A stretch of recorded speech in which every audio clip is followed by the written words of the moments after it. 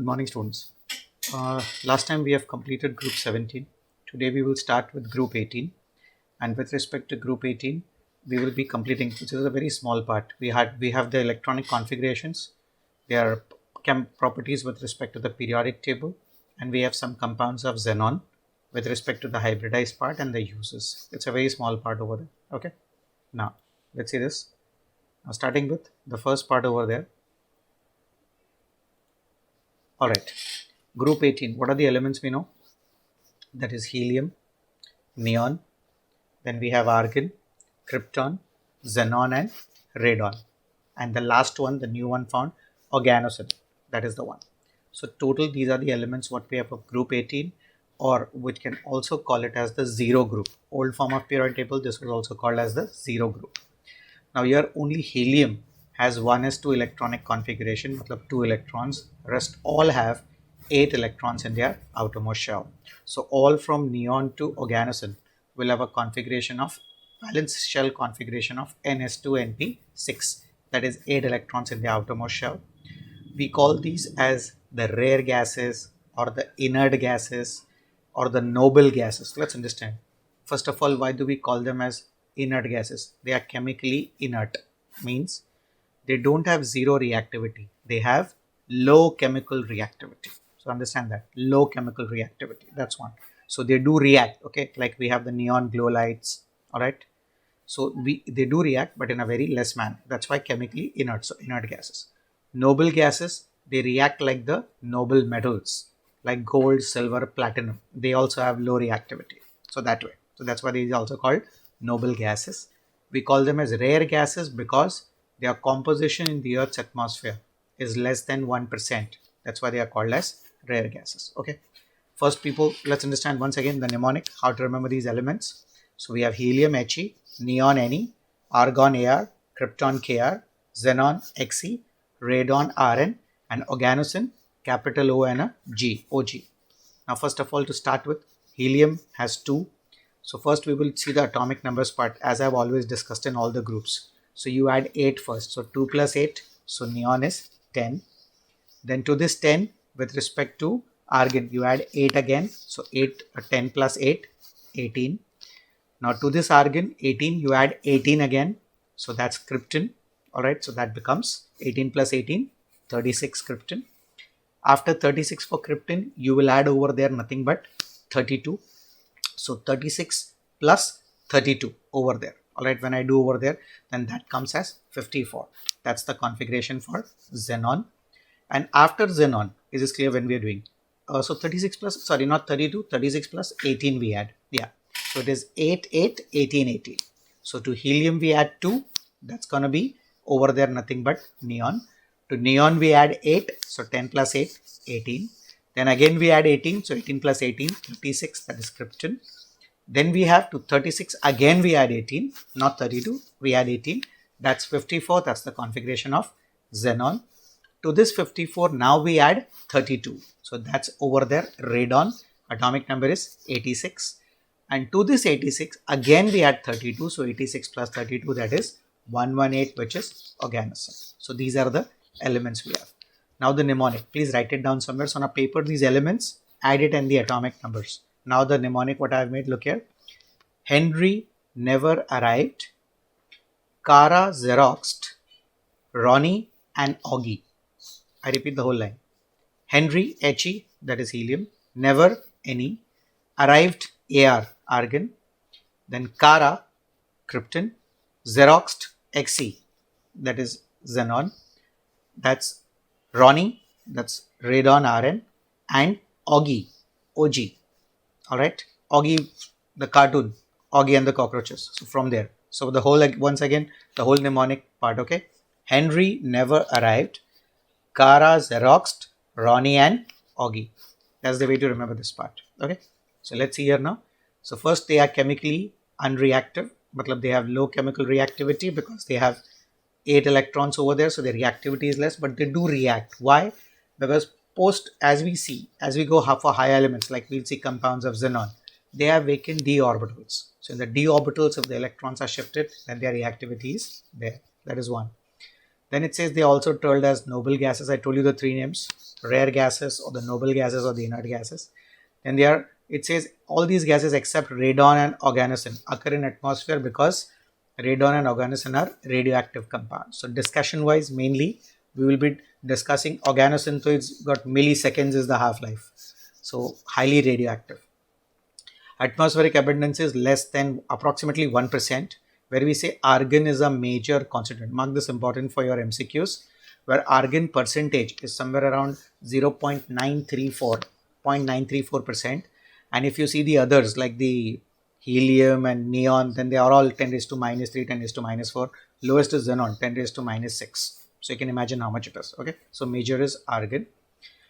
Then helium and neon sometimes occurs in their ores over there. Now these are the ores of the names, people. I want you to understand pitch blende. Please specify what is pitch blende. It's a black uranium oxide mineral.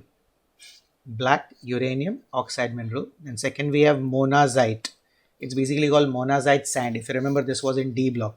Monazite was a reddish brown phosphate mineral which contains the rare earths. Rare earths are the called, earlier rare earths were called by, the lanthanides were called as rare earths. And last we have, that is what we call an ore called as clavite, which is a radioactive mineral of uranium. So this is basically the source, where helium, the main source of helium is natural gas. Xenon and radon are the rarest. I told you xenon is around 10 raised to minus 6. That is basically the atmosphere composition. Radon is a decay of radium. So radium, when it undergoes alpha decay means when an alpha particle is ejected out, then radium is converted into radon. So this 4He2 is a alpha particle. And last, oganesson, that's synthetically prepared by the collision of 24998 CF. CF, everybody remembers? Californium. That was the actinide. Is this clear? And calcium atoms. Then we get oganesson and we get 3 neutrons. Okay.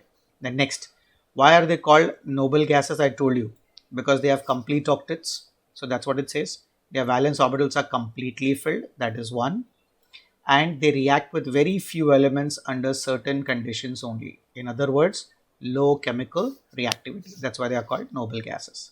Then oganesson, most important, people, the symbol Og, that's why I gave the mnemonic as Augie, easy to remember. It's a radon, that's 118 atomic number. That's 5F14, 6010, 7S2, 7P6. That's one. Half-life is only 0.7 milliseconds, means most harmful that way. Then we'll be talking about the trends now. That's its periodic table, how it is. Have a look at this now.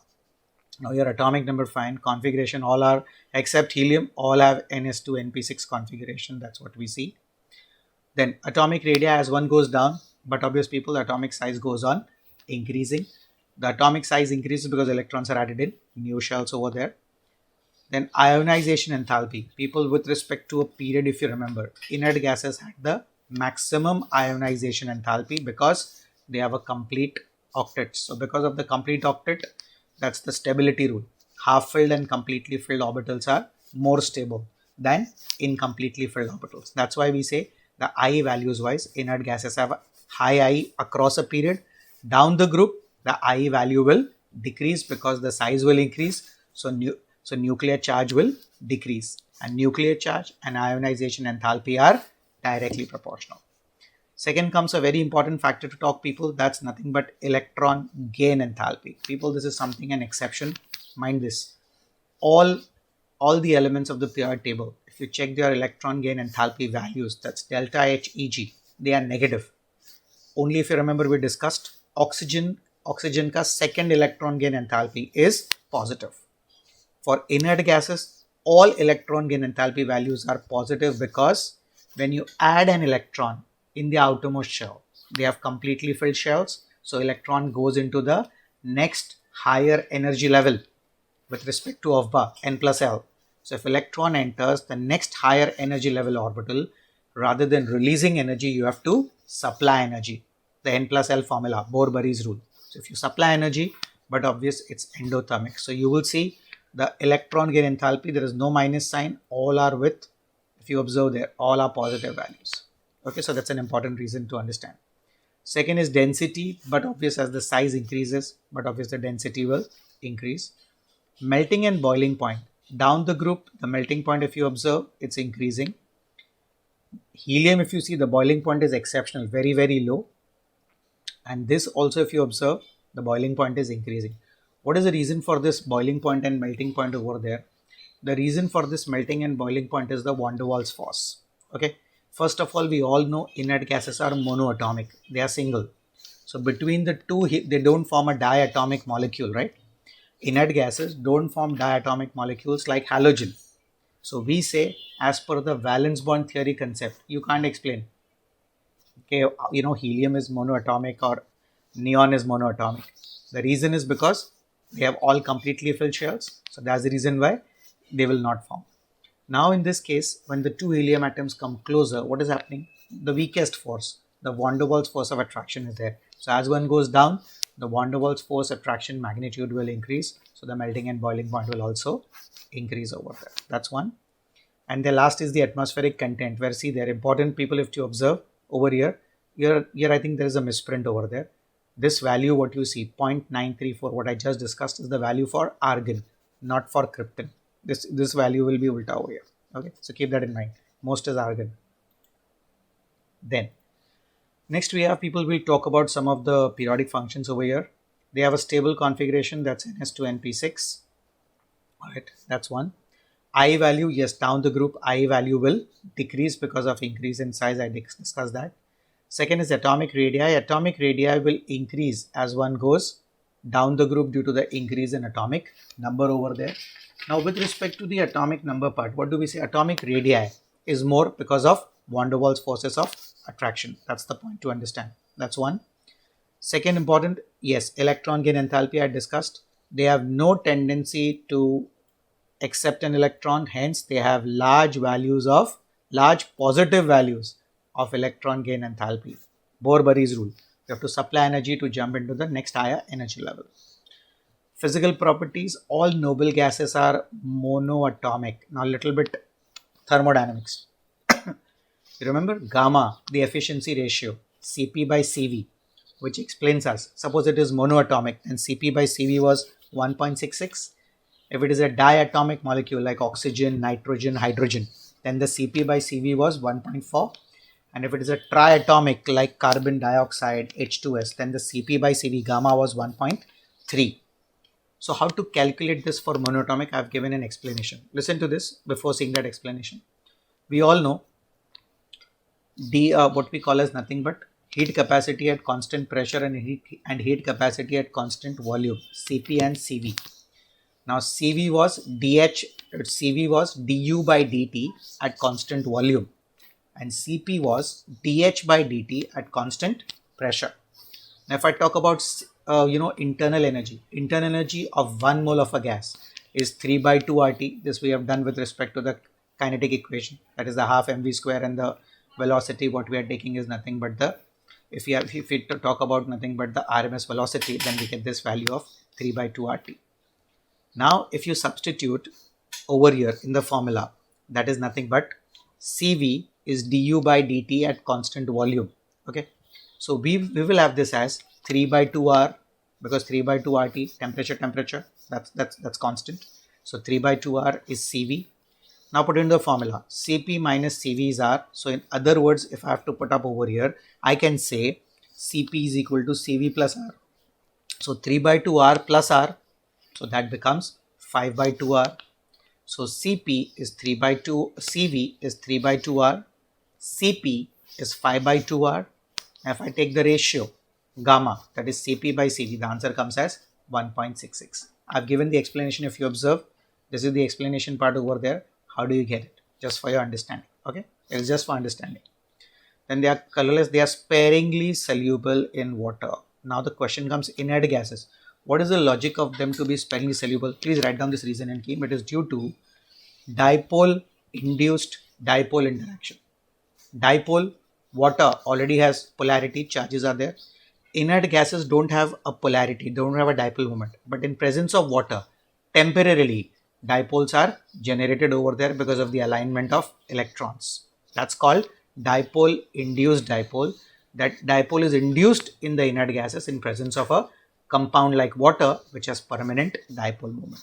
That's why they have sparingly soluble. So MCQ question comes sparingly soluble due to, over there the reason is dipole induced dipole. They have low melting and boiling points. I told you the reason. What is the reason for this part? It is because of van der Waals force of attraction. Okay, that's one.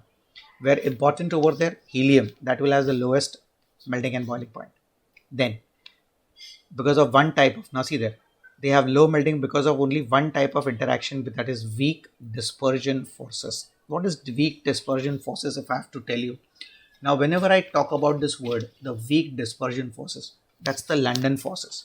It is the weak intermolecular force or a temporary attractive force that results when two adjacent atoms, two helium or two neon atoms, they occupy positions in such a way, is this clear, that their atoms form temporary dipoles, meaning the alignment of the electron is such that they form temporary attraction is developed. But as they are continuously spinning over there, it changes. That's why I said the word temporary dipole. That's called as the weak dispersion forces. So once again, pen it somewhere. Weak dispersion forces is the London forces, or we also call as the van der Waals force, that is the weakest intermolecular force or a temporary attractive force that results when two adjacent atoms occupy positions in such a way that the atoms will form temporary dipoles. Clear? That's the reason there. That's why it has the lowest boiling point of 4.2 Kelvin. That is one. Now noble gases have low boiling point. Why? People the same thing. Van der Waals force. They have, noble gases are monoatomic. They have no interatomic forces except the weak dispersion forces. That's a London force. Hence they are liquefied at very low temperature. Now this liquefaction, when I'm talking, all right, what is the concept? The liquefaction, it will increase down the group. Why? Because that depends upon, or we can say the liquefaction concept is directly proportional to its enthalpy of vaporization.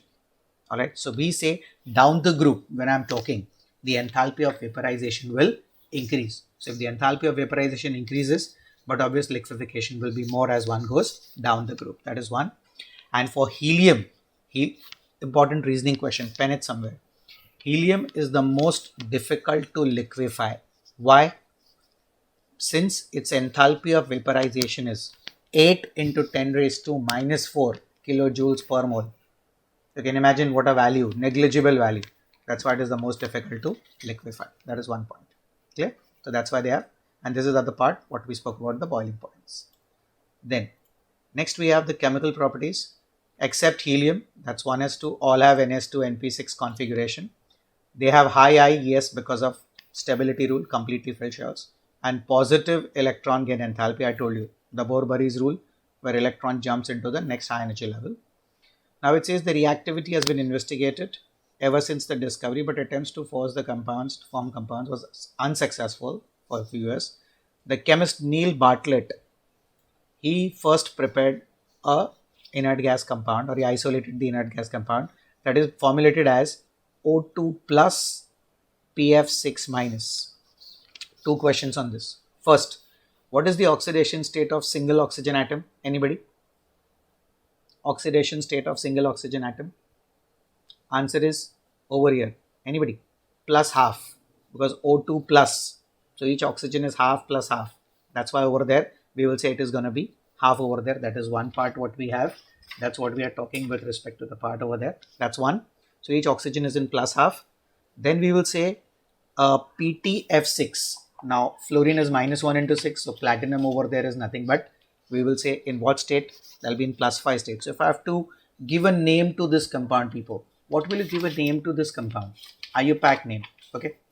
O2 plus. So that's called over there nothing but dioxygenyl. OXYGENYL. Dioxygenyl hexafluoroplatinate, Roman number 5. Dioxygenyl, because two are there. So dioxygenyl, OXYGENYL, dioxygenyl hexafluoroplatinate, Roman number 5. That's the compound.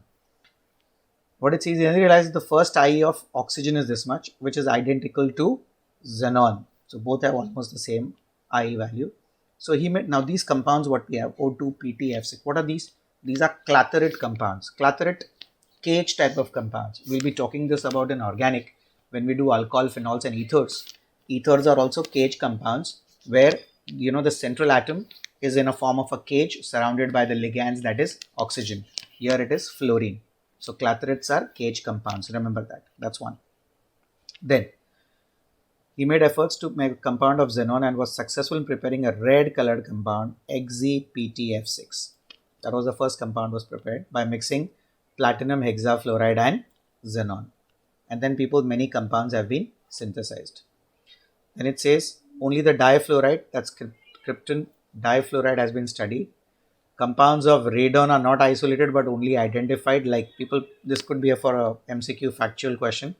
RnF2, radon difluoride, is used by radio tracer technique. Now, if you remember radio tracer technique, we have discussed this.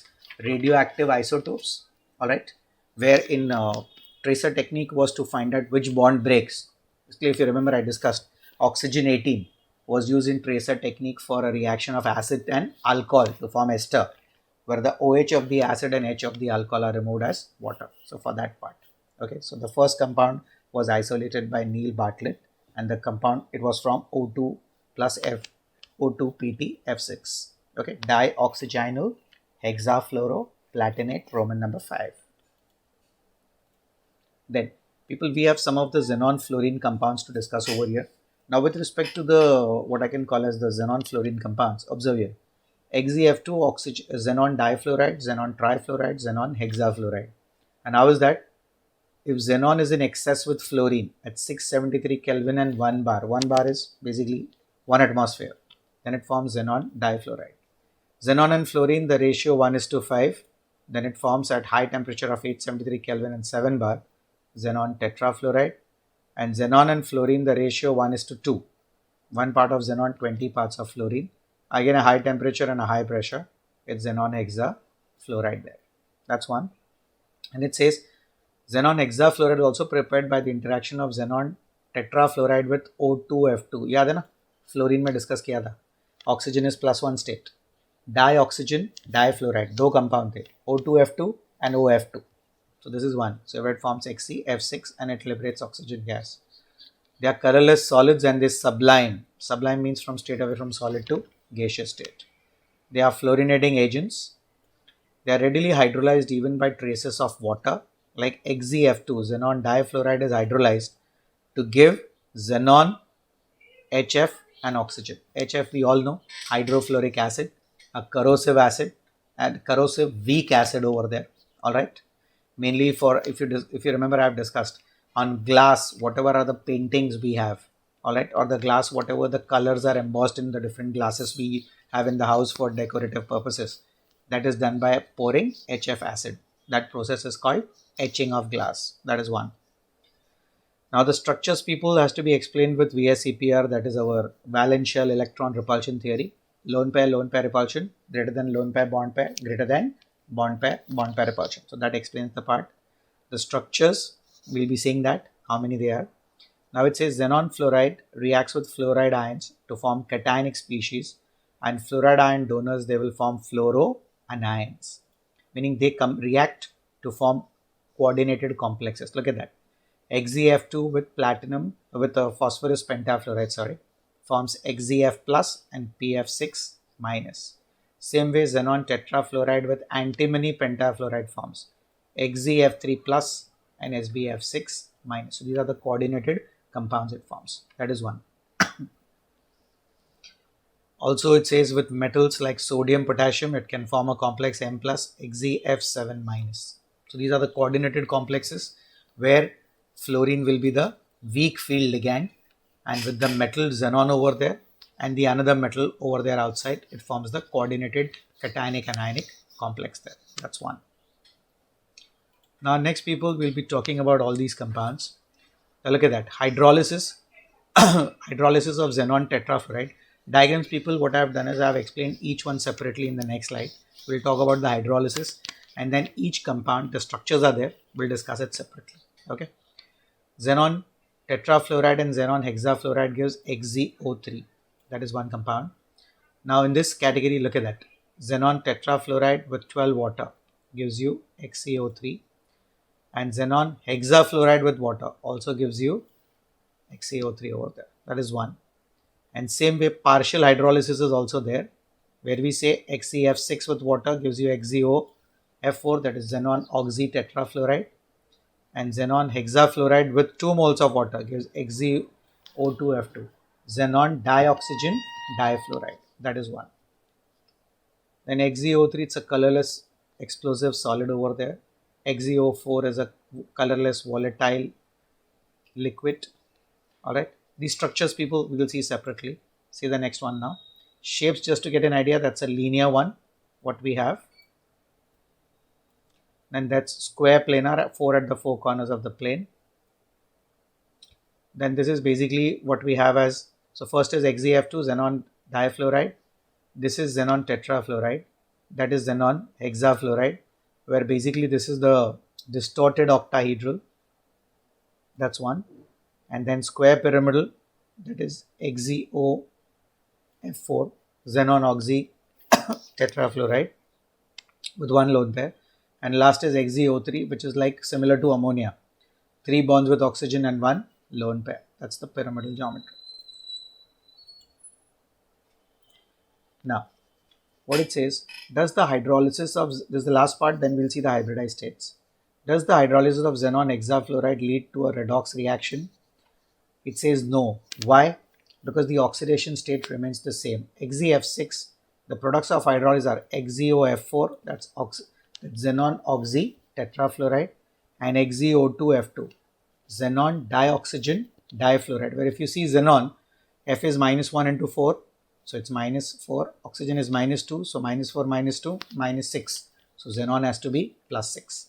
Here also XeO2F2, fluorine always one state we know, -1 into 2, so that's -2, 2 oxygen, so -2 into 2, -4, -4 and -2, -6, so xenon is +6, and in XeF6 also it is +6, so its oxidation state is not changing.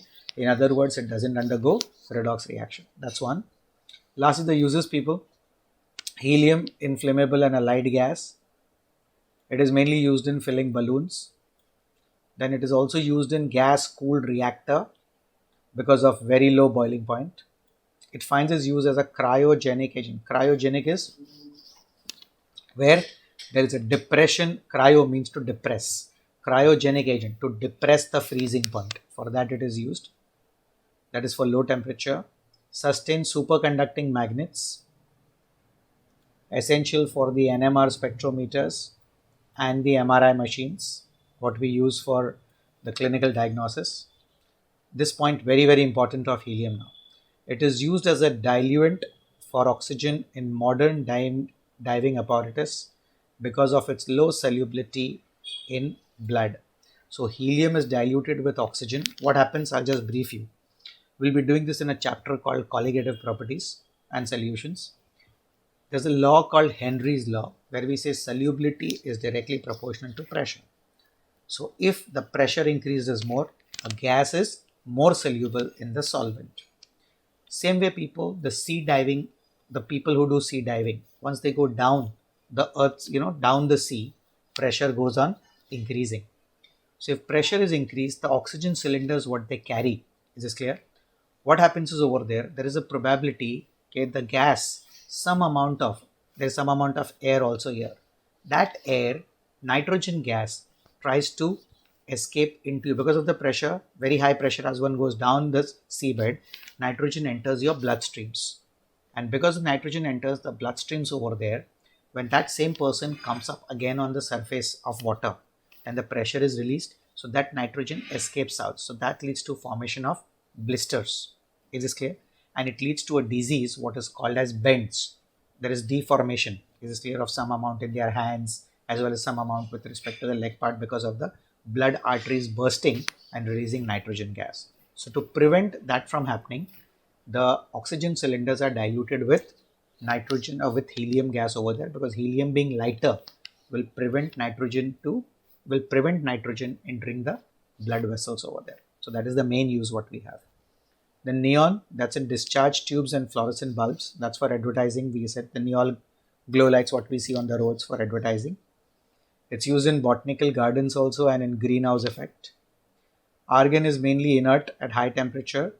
That's in metallurgical processes, that's extraction of metals, and in electric bulbs, and its laboratory. Yeah, that all is fine. And we said there are no, yeah, okay. Now people here, why is helium used in diving apparatus? I told you helium is lighter. So if it is lighter, it will be used over there to prevent entering of nitrogen gas over there.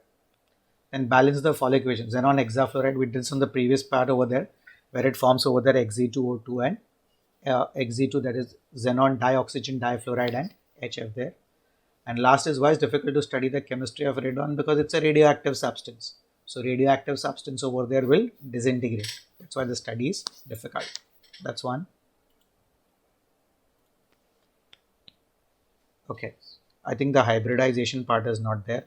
What I'll do is, everyone, I will, what I can call, I think the slides are missing over here. I'll prepare a separate video with respect to the, what I can call as the hybridized part, what I have made. I'll be posting it again. Okay. All right. Thank you.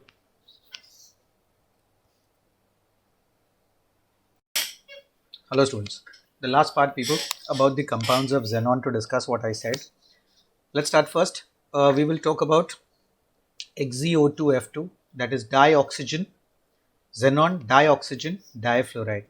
Now valence shell, if you observe, the valence shell configuration with respect to xenon will be 5s2 5p6. That's the part.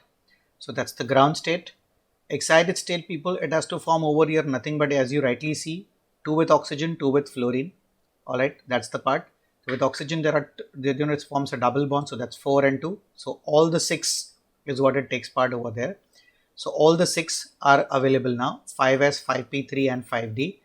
Now the structure is like this, XeO2F2, where there is one lone pair present, that is of the, what we have as with respect to the 5s, and then it forms 4 and 1, 5, 6 bonds are being formed over there. So these 3 5p6 electrons are the ones that excites.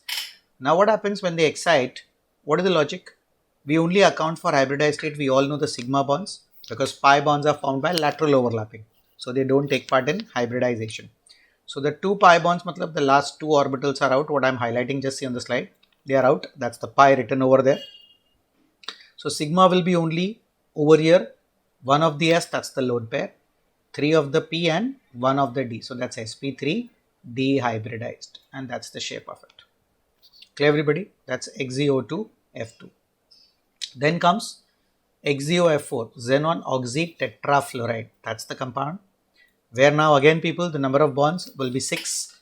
So you will have one lone pair, just here please, this lone pair will be as it is. This 3, all right, what we have, the 5p6 6 electrons, they will get excited in the d. So I will have this type of arrangement. Now in this, people, there's only one double bond. So one lone pair is my 5s. Now there's one double bond, matlab one pi bond. So the last one forms the pi. So that's out. So now the sigma formed and the lone pairs which takes part. So 1 of the s, lone pair, 3 of the p and 2 of the d. So this is distorted sp3 d2 hybridized. That's the shape of XeOF4 molecule. Okay. Come down again, people. XeF4. That's what we call as a square planar on the previous, part. I'll be sending you all the slides together. But in this, to check over there, if you remember the previous one, XeF4, 4 at the 4 corners and the lone pairs up and down. That's what you rightly see. These are the lone pairs which are up and down. All right, that's one part. Now here 5s2 5p6. Now in this case, what is happening? Forming 4 bonds. So look here please, in the ground state only the 2 lone pairs are going to get excited. So I'll have a first excited state and a second excited state. So I will get the 4 unpaired electrons. That's what's shown over here. That's the second excited state. Okay. The 2 lone pairs remain as it is and it will form 4 single bonds. So if I see the hybridized state, 1 of the s lone pair, 1 of the p lone pair, 2 of the p, that forms a sigma, and 2 of the d. So this is distorted sp3 d2 hybridized. Clear everybody? Square planar geometry. Okay, that's one. Then comes next XeF6, xenon hexafluoride. Again same 5s2 5p6. So we have s and p like this, the ground state. Now in the excited state, what's happening, people? 6 bonds. Matlab all these, please look at the slide. The ground state, all the pk 6 electrons will get excited. So I will have this type of an arrangement. So lone pair 1 will remain as it is. That is what we rightly see. So this is basically 1 of the S, 3 of the P and 3 of the D. So that's sp3 D3 hybridized. What we did for IF7, iodine heptafluoride, similar compound, but with one lone pair. That's what you rightly see over here. That is being shaded. What I'm showing right now. Okay. And the remaining ones, you have the 4 fluorine at the corners over there. That is one part. 1 fluorine on top, 1 fluorine up and 1 down. So that's distorted octahedral geometry, what we call. Clear everybody? So this is one. Next, the last part we have, yes, one compound XeF2, that is xenon difluoride compound. Now in this again 5s2 5p6. So for the 2 to form, it's only what's happening over here if you observed in the excited state to understand. The 3 lone pairs will remain as it is. That's what I'm highlighting here. It is just the 5p electron which will get excited. Okay. So actually here there is this part they have shown all of them. Alright. But this is the 2. What will happen is these 3 lone pairs will remain as it is. So in this excited state only this 5p will go. So this excited state is a mistake. This lone pair, this one also, there should be another lone pair here. This should also have one more lone pair over here. And these two, this lone pair will break down to give one in here and one here. And these two should not be there. This is a mistake here. These two should not be there. Okay. So you will have the arrangement. One of the S, that's a lone pair. One more lone pair in the P. One more lone pair in the P. So 3 lone pairs. And 2 unpaired electrons, one in P and one in D orbital. So the hybridized state, one of the S, 3 of the P and one of the D. So it's sp3 dehybridized.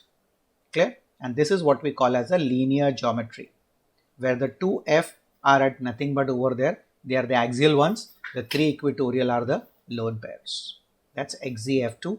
That's again but distorted sp3 dehybridized linear geometry. Next comes the last one, people. That's XeO3 over there. Have a look at that part over here. NS2NP6, that's the configuration. Now you have the third excited state. First excited state, one lone pair is excited, in second and then third. Now one of the S will remain as a lone pair, that's what you rightly see. And what will get excited will be like this. 3 will go into the D, where with oxygen, we all know oxygen valency is 2, so it forms a double bond. So 3 of the oxygen will form the double bonds over there.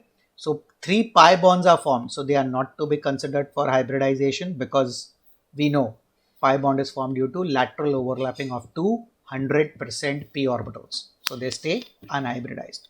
So to count the hybridized state, it's 1 of the S, that's the lone pair, and 3 of the p orbitals for oxygen to form bonds there. So this will be over here, 1 of the S and 3 of the P. So the hybridized state is sp3 hybridized but distorted, like ammonia molecule, where we have 1 lone pair and we have the 3 oxygen atoms at the 3 corners of the pyramid. So the geometry is a pyramidal geometry. Clear? That's it, people. With this, group 18 is over there, and these are the compounds what we have, some of them with respect to xenon there. All right. Thank you.